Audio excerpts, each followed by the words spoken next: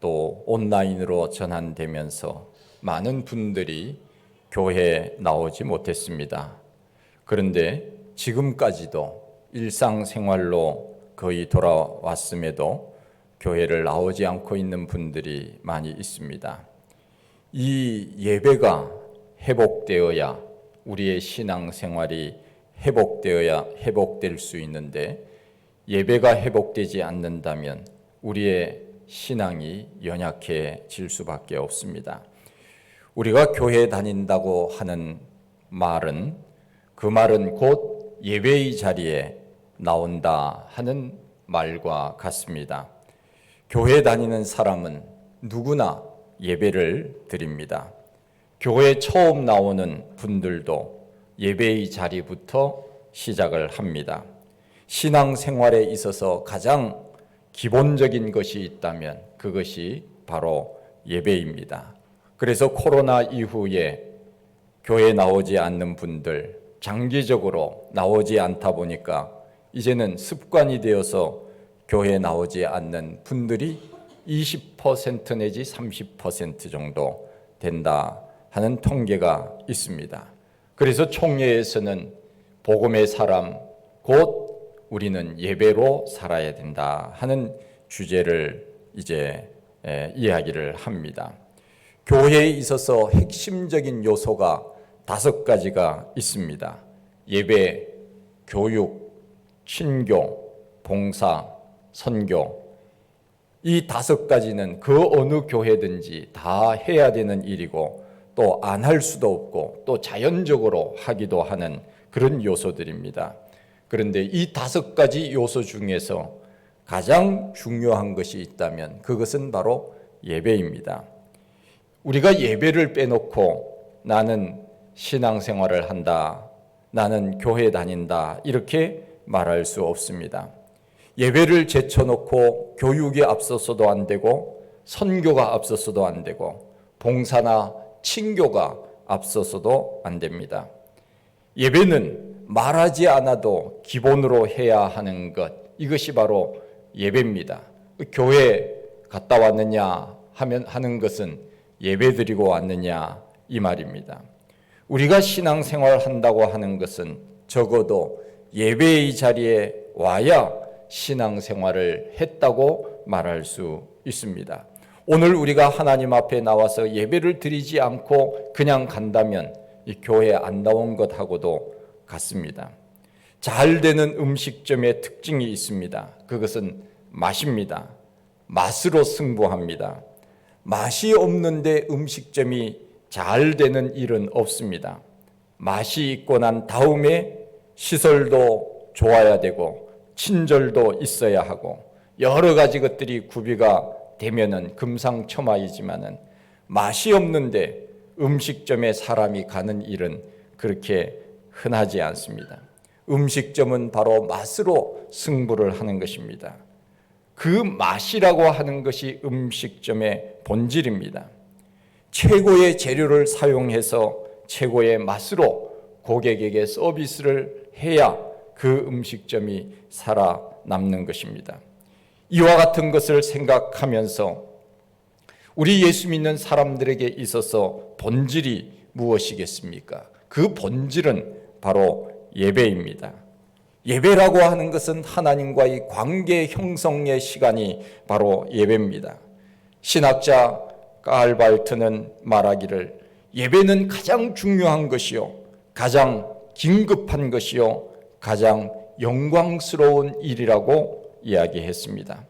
하나님께서 사람을 부르셔서 먼저 예배자로 만드시고 그 이후에 일하는 자로 만드신다는 것입니다. 예배가 기본이고, 예배가 우선이고, 예배가 본질입니다. 오늘 본문에도 보면은 하나님은 이렇게 말씀하십니다. 내가 봉사 잘하는 사람을 찾는다, 구제 잘하는 자를 찾는다, 그렇게 말하지 않으십니다. 하나님은 예배하는 자를 찾으신다고 말씀하고 계십니다. 교회에서 봉사하는 일 얼마나 귀한 일인지 모릅니다. 교회에서 가르치는 일 얼마나 귀한지 모릅니다. 교회가 이웃을 섬기고 돕는 일 얼마나 중요한지 모릅니다. 그러나 예배가 없이 하는 것은 이것은 안 되는 것입니다. 예배 없이 하는 것은 세상 사람들도 다 할 수 있습니다. 세상 사람들도 봉사합니다. 미국 사람들은 70% 정도가 자원봉사를 한다고 하지 않습니까?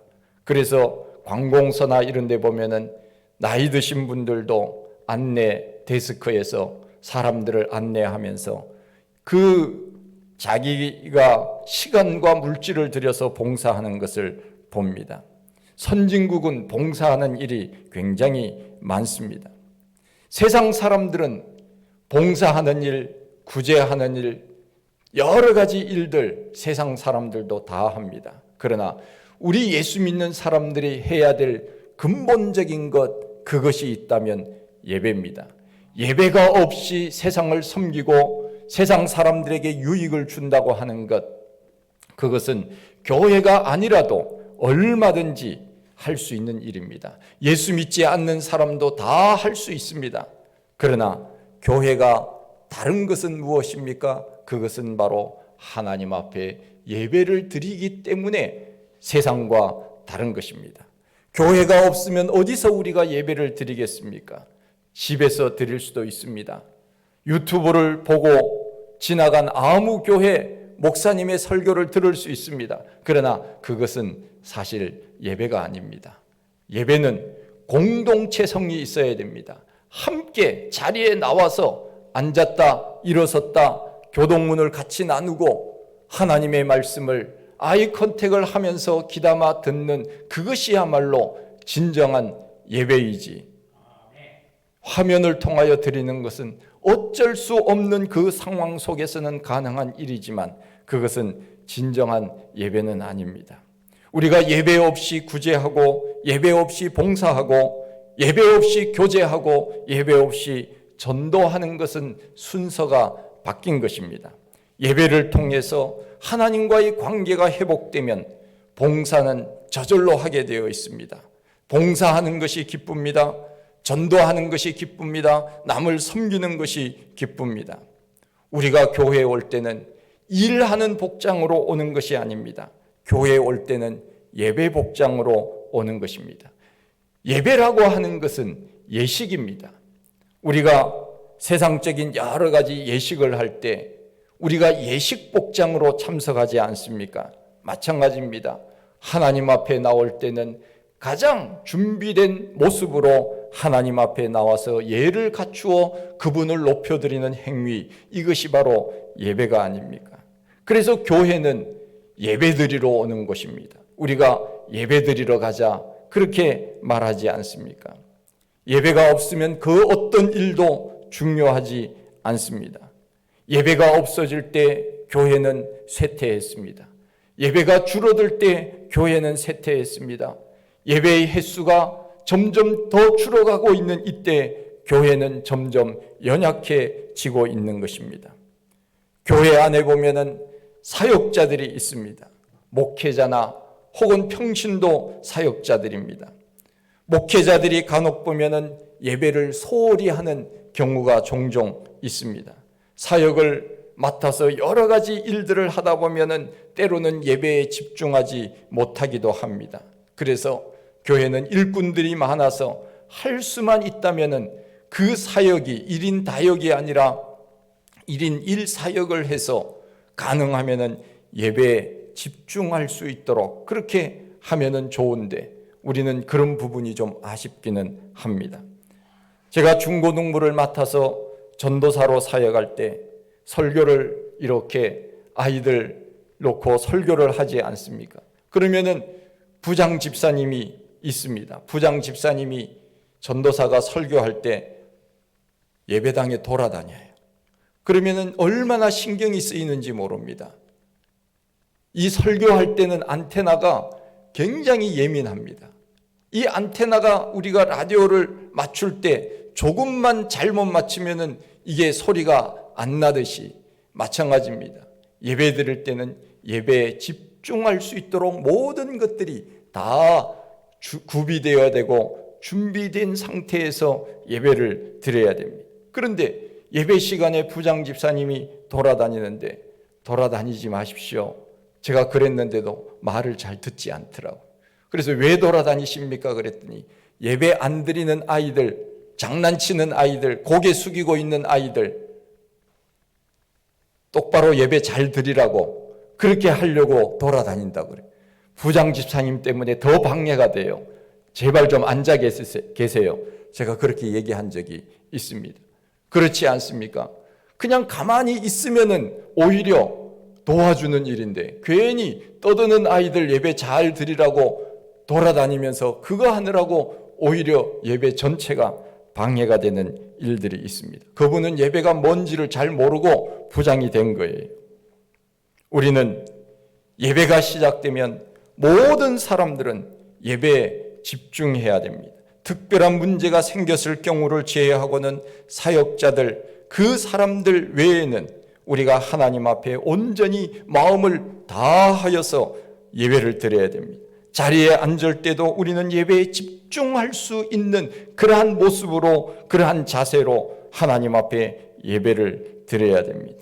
예배당에 종종 갓난 아이들 1살, 2살 그 유아들을 예배당에 데리고 와서 예배를 드리는 경우가 있습니다.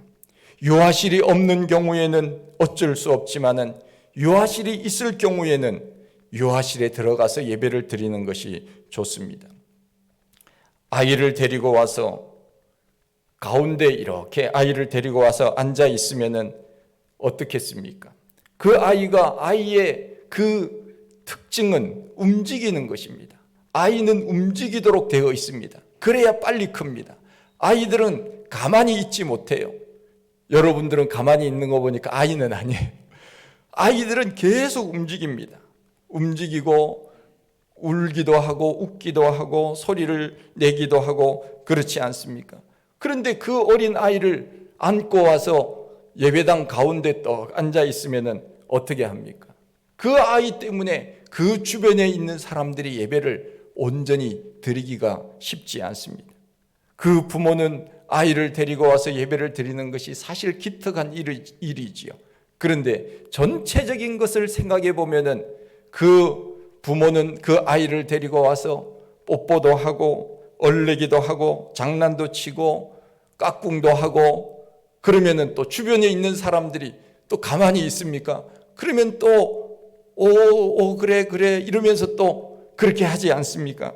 그러다 보면 이게 예배인지 이게 아닌지 구분이 잘 되지 않는 경우가 있습니다. 예배에 집중하기가 참 어렵습니다. 그럼에도 불구하고 제가 요즘은 이런 생각이 듭니다. 그래도 그런 아이들이라도 교회 많이 왔으면 좋겠다 하는 그런 생각이 들어요. 떠드는 아이들이라도 유아들이라도 교회에만 많이 나와줬으면 좋겠다 하는 생각이 듭니다. 요즘 시골에는 아이 울음소리를 들어본 적이 오래되었다고 하지 않습니까? 정말 저의 형님도 시골에서 이 목회를 하시는데 그 교인 평균 연령이 70세가 넘어요. 제일 젊은 사람들이 한 50대 한 두세 명 정도 있고 기동하신 분들, 나머지는 70대 거의 80대. 그래서 새벽 기도부터 저희 형님이 운전을 하면서 그 할머니들 이렇게 모시고 와서 또 걸어가기도 또 어려운데 일일이 예배당까지 이렇게 안내를 해서 그래서 참 이 목회가 쉬운 게 아니구나.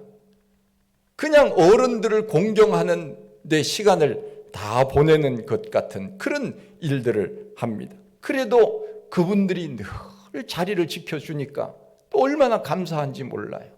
그분들이 새벽기도 자리 지키지요. 수요 예배 자리 지키지요. 무슨 모임이 있을 때마다 그분들이 없으면 교회가 돌아가지 않는 것이지. 그런데 아이들 울음소리는 못 들어본 지 오래되었다. 아이라고 하는 것 자체를 본 적이 없는 거예요. 그래서 도시에 와서 이 아이들이 학원 앞에 왔다 갔다 하는 것을 보면 신기하다. 그렇게 말할 정도로 지금 시골은 아이들이 없습니다. 초등학교가 점점 많은 초등학교들이 문을 닫고 있지 않습니까? 아이들이 어찌 보면은 떠들어도 그래도 예배의 자리에 나오면 좋겠다. 그래서 그런 생각을 하게 된 것입니다. 저출산도 문제이지만은 더 큰 문제는 오늘날 젊은이들이 결혼을 하지 않는다는 것입니다. 비혼입니다. 먼저 정부에서는 결혼부터 하도록 지원을 하는 것이 우선순위라고 하는 생각이 듭니다. 그런데 정부에서는 결혼부터 하도록 하지 않고 아이부터 낳으라고 그렇게 하니까 이게 순서가 바뀐 것 같은 생각이 듭니다. 아이를 낳으면 얼마를 주겠다고 말하기 전에 결혼을 하면 얼마를 주겠다, 지원을 이렇게 해주겠다, 주택을 지원하겠다, 이렇게 결혼부터 하도록 해야 되는데 순서가 바뀐 것 같습니다. 이것을 오늘날 예배로 말하면 예배가 먼저인데 사람들은 예배는 소홀히 하고 다른 것에 신경을 쓰는 그런 것들이 먼저이지는 않나 하는 생각이 듭니다. 우리가 예배를 먼저 드리고 난 다음에 그 다음에 다른 일들을 해야 하나님이 기뻐하시는 거예요.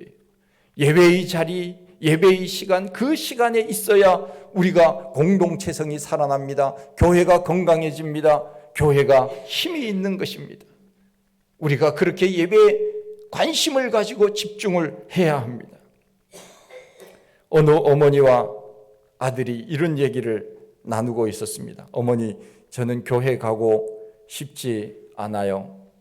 교회 가고 싶지 않은 이유가 3가지가 있어요. 첫째, 주일 아침은 좀 늦잠 자고 싶어요. 그렇지 않습니까? 둘째는 대표 기도하시는 분들이 너무 기도가 길어요. 셋째, 찬양대 불협화음이 싫어요. 그때 어머니가 말합니다. 그럼에도 불구하고 너가 교회 가서 예배를 드려야 하는 3가지 이유가 있어. 첫째, 예배는 선택이 아니고 필수야. 할렐루야. 둘째, 예배는 사람과의 관계가 아니라 하나님과의 관계야. 셋째, 너는 담임 목사니까 꼭 가야 돼. 누가 지어낸 이야기인지 모르지만은 그렇습니다. 우리가 자칫 잘못하면은 이리 뛰고 저리 뛰다가 하나님 앞에 정작 중요한 예배를 소홀히 할 때가 있습니다. 왜 하나님께서 우리 사람을 만드실 때 하나님의 형상대로 만들었겠습니까? 그것은 하나님과 교제하도록 하기 위함입니다. 우리가 예배를 드리는 것은 바로 하나님과의 교제할 수 있는 그런 형상으로 만들어졌기 때문에 하나님과의 교통이 이루어진다고 하는 것입니다. 성경은 어찌 보면 예배 교과서입니다. 창세기는 예배의 대상이 누구인가에 대해서 말씀합니다. 출애굽기는 왜 출애굽을 시켰는지를 설명합니다. 레위기는 제사 드리는 방법에 대해서 이야기를 합니다. 출애굽기에는 모세가 이야기하지 않습니까? 내 백성을 보내라. 우리가 하나님 앞에 예배 드려야 되기 때문이다. 이야기를 합니다. 레위기는 예배 드리는 제사 드리는 방법에 대해서 이야기를 합니다. 사무엘서, 열왕기, 역대기 이 부분들은 예배 잘 드리는 사람은 복을 받고 그렇지 않은 사람은 벌을 받는다고 하는 것을 보여줍니다. 시편 시가서에서는 어떻게 하나님을 잘 찬양할 것인가 예배의 내용들이 기록이 되어 있습니다. 그리고 선지서는 이스라엘 백성들이 예배를 잘 드리지 못해서 결국은 바벨론의 포로로 잡혀간 이야기들이 기록이 되어 있습니다. 예배를 회복해야만 하나님께서 우리에게 복을 주시는 것입니다. 하나님께서 우리를 구원하신 이유도 바로 우리를 통하여서 하나님이 예배 받으시려고 하시는 것입니다. 예배 잘 드리는 사람치고 믿음 없는 사람이 없습니다. 신앙생활이라고 하는 것은 곧 예배로부터 시작이 됩니다. 솔로몬 왕이 기브온에서 1000번제를 드렸습니다. 1000번제를 드렸다고 하는 것은 1000번의 제사를 드린 것이 아닙니다. 1000번제는 1000마리의 소를 하나님 앞에 희생 제물로 드렸다는 것입니다. 이것은 무엇을 의미합니까? 그만큼 모든 것을 하나님 앞에 집중시켰다는 것입니다. 정성을 의미합니다. 최선을 다해서 하나님 앞에 예배를 드렸다는 것입니다. 그 정성을 하나님께서는 보시고 밤에 나타나셔서 솔로몬에게 그 1000번째 후에 나타나셔서 말씀하셨습니다. 너가 원하는 것이 무엇이냐? 하나님 말씀하실 때 제가 이 백성들을 잘 이끌어갈 수 있는 지혜로운 마음을 주십시오. 그때 하나님께서 그 지혜와 그뿐만 아니라 부와 기도 같이 주시지 않았습니까? 정성을 다하여 우리의 하나님 앞에 예배할 때 우리의 하나님께서는 복을 우리에게 주시는 것입니다. 오늘 이 시간에도 하나님께서는 불꽃 같은 눈으로 사람을 찾고 계시는데 누가 오늘 나와서 하나님 앞에 예배를 드리느냐, 누가 나와서 나에게 영광을 돌리느냐, 하나님은 그것을 보고 계시는 것입니다. 저도 주일이 되면 누가 왔는지 누가 안 왔는지 그것부터 살핍니다. 딱 스캔을 하면은 한눈에 누가 결석했구나 다 눈에 들어옵니다. 와야 할 사람이 안 오면 마음이 아픕니다. 오늘은 결석하는 사람이 없겠지 하고 생각했는데 늘 예상을 빗나갈 때가 많습니다. 우리의 삶은 예배로 시작하여서 예배로 끝나야 됩니다. 태어나면 제일 먼저 출생 감사 예배를 드립니다. 100일이 되면 100일 감사 예배, 돌이 되면 돌 감사 예배, 학교에 입학하면 입학 감사 예배, 졸업하면 졸업 감사 예배, 개업하면 개업 감사 예배. 어떤 분들은 폐업 감사 예배를 드리는 분도 있더라고요. 하나님 사업하다가 문 닫습니다. 지금은 폐업하지만은 더 좋은 길로 인도해 주세요. 참 믿음이 좋은 것 같습니다. 이사가면 이사감사예배, 입주하면 입주감사예배, 봄이 되면 춘계 신방예배, 가을이 되면 추계 신방예배, 취직하면 취직감사예배, 칠순이 되면 고위감사예배, 돌아가시기 전에는 임종예배, 죽으면 장례예배, 관에 넣을 때는 입관예배, 땅에 묻을 때는 하관예배, 다 예배입니다. 그것으로 끝나는 것이 아닙니다. 죽은 다음에 1년 후에는 추도 예배를 드립니다. 1주기 추도 예배, 2주기 추도 예배.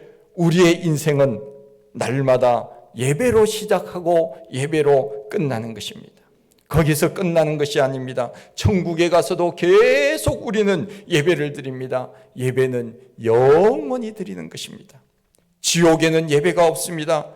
반대로 천국은 예배와 찬양이 있기 때문에 그곳은 언제나 기쁨이 있고 생명이 넘치는 것입니다. 예배가 사라지는 곳에는 하나님도 떠나십니다.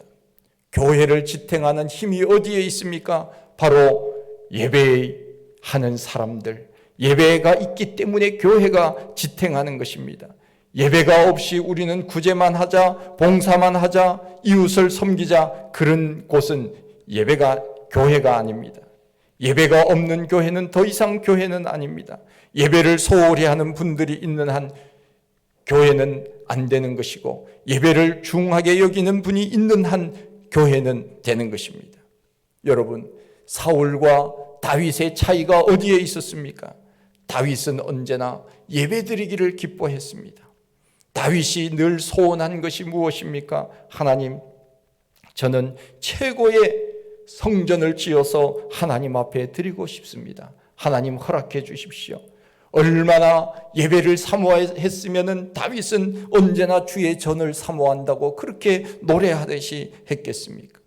다윗은 하나님 앞에 인정받는 자로 섰습니다. 그것이 무엇입니까? 하나님을 가까이 하려고 애를 썼기 때문에, 하나님 앞에 예배 드리려고 애를 썼기 때문에 다윗은 하나님으로부터 인정받은 자, 마음에 합한 자로 하나님이 칭찬하신 것입니다. 그러나 사울은 예배를 소홀히 했습니다. 예배는 대충 드렸습니다. 아무렇게나 드렸습니다. 하나님께서 사울을 기뻐하지 않았습니다. 그러면 어떻게 예배를 드려야 하는 것입니까? 오늘 말씀에 보면 영과 진리로 예배를 드리라고 했습니다. Spirit and True, 영과 진리로 예배드리는 자, 그 사람을 하나님은 찾으신다는 것입니다. 하나님은 우리처럼 육체를 가지신 분이 아닙니다. 하나님은 육체가 아니십니다. 하나님은 영이시니, 하나님은 영이라고 했습니다. 하나님은 영이시기 때문에 우리도 마찬가지로 하나님의 푸뉴마, 영을 받은 사람으로서 우리는 영과 영으로 하나님을 만나는 것입니다. 그것이 바로 예배입니다. 영으로 예배를 드린다는 것은 마음과 뜻과 정성을 다하여 드린다는 것입니다. 찬양도 힘차게 하고 말씀도 우리가 진지하게 경청하고 진심을 다하여 우리는 예배를 드릴 수 있어야 합니다. 영으로 예배를 드리는 것, 그때 비로소 우리는 하나님을 만나게 되는 것입니다. 영국의 유명한 제상 글래드스톤이라고 하는 사람이 있습니다. 이 사람은 이런 유명한 말을 했습니다. 나에게는 예배드리는 자리, 예배석이 대영 제국의 수상의 석보다, 수상의 자리보다 더 귀하다. 언제나 그는 예배의 자리를 사모했다고 합니다. 우리도 마찬가지입니다. 언제나 예배의 자리, 그 자리를 사수할 수 있도록 우리는 힘써야 합니다. 교회마다 다르지만 대체적으로 예배는 주일 예배, 주일 오후 예배, 수요 예배, 새벽 기도회가 있습니다. 다른 것은 교회마다 정하기 나름입니다. 주일 예배는 1년에 52번, 주일 오후 예배도 1년에 52번 우리는 목장 모임을 합니다마는 수요 예배도 52번입니다. 새벽 기도는 365일 다 하지는 못하지만 300번 이상은 합니다. 그러면 1년에 예배드리는 횟수가 주일 오후, 수요 합치면 150번입니다. 새벽 기도 300번 하면은 1년의 예배의 시간은 450번입니다. 저는 1년에 예배를 400번 이상 드리고 설교를 400번 정도 합니다. 목사만큼 강의를 많이 하는 사람은 사실 없어요. 제가 보니까 목회는 설교구나 하는 생각이 많이 들 때가 있습니다. 목회자는 설교자구나 하는 생각이 들 때가 많이 있습니다. 돌아보면은 다시금 또 설교 준비하고 또 돌아오면은 또 다시 그 다음 설교 준비를 해야 되고, 이 예배라고 하는 것, 이것이 그만큼 중요하기 때문에 그렇습니다. 우리는 하나님 앞에 예배 드리는 것을 소홀히 해서는 안 됩니다. 하나님은 우리의 예배를 기뻐 받으시기 때문에 그렇습니다. 어떤 교회는 항존 직분자를 세울 때 150번 이상의 예배를 드려야 된다는 기준을 정해놓은 교회도 있습니다. 예배가 기본이기 때문입니다. 여러분, 1년에 100번 예배, 더 나아가 150번 예배에 도전을 해보십시오. 우리의 삶의 본질은 바로 예배에 있습니다. 우리가 하루에 핸드폰 보는 시간 얼마나 됩니까? 요즘은 이 기록이 다 되어 있어서 일주일치가 요즘은 나오더라고요. 일주일치 핸드폰 사용한 시간이 다 나오더라고요. 제가 보니까 일주일에 아마 여러분들 모르겠지만은 일주일에 제가 핸드폰을 사용한 시간이 3시간 얼마 나오더라고요. 우리가 핸드폰을 사용하는 시간이 얼마나 많습니까? 김연아에게 누가 물었답니다. 연아 누나는 아침에 제일 먼저 일어나면 뭐 해요? 물었더니 김연아가 다 똑같지 않나요? 그렇게 대답을 했대요. 다 똑같은 게 뭐예요? 핸드폰 보는 거. 아침에 일어나자마자 찾는 것이 핸드폰이에요.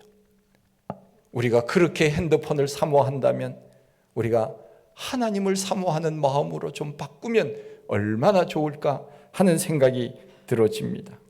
이제는 올해 복음의 사람은 예배자로 살아야 된다고 하는 이 주제처럼 우리는 이 예배를 소홀히 하면은 한국교회는 쇠퇴해집니다. 한국교회가 쇠퇴해질 뿐만 아니라 우리 개인의 믿음도 쇠퇴해지는 것입니다.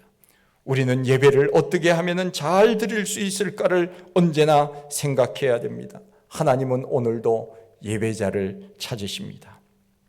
예배를 소홀히 하고 있다면 예배의 자리를 회복해야 됩니다. 예배라고 하는 것은 하나님을 가까이 하는 최고의 지름길이며 축복의 통로입니다. 예배가 회복되면 인생의 문제가 다 풀릴 줄 믿습니다. 이 진리를 잊지 마시기를 바랍니다. 하나님 아버지, 크신 은혜와 사랑을 감사합니다. 오늘 예배에 대해서 함께 말씀을 나누었습니다. 하나님께서 우리를 만드실 때 우리를 만드신 목적이 하나님 앞에 영광을 돌리기 위함이라고 말씀해 주셨는데, 그 영광을 돌리는 첫 번째 그 일은 바로 하나님 앞에 예배드리는 일인 줄 압니다. 하나님, 올 한 해 예배의 성공자가 되게 하여 주시옵소서. 예배를 통하여 더 하나님 앞에 가까이 나가게 하시고, 예배를 통하여 우리의 믿음이 더 성장되게 하시고, 예배를 통하여 교회를 사랑하는 마음이 더 뜨거워질 수 있도록 하나님 은혜를 베풀어 주시옵소서. 감사하옵고 예수님 이름으로 기도하옵나이다. 아멘. 우리 찬송 325장입니다.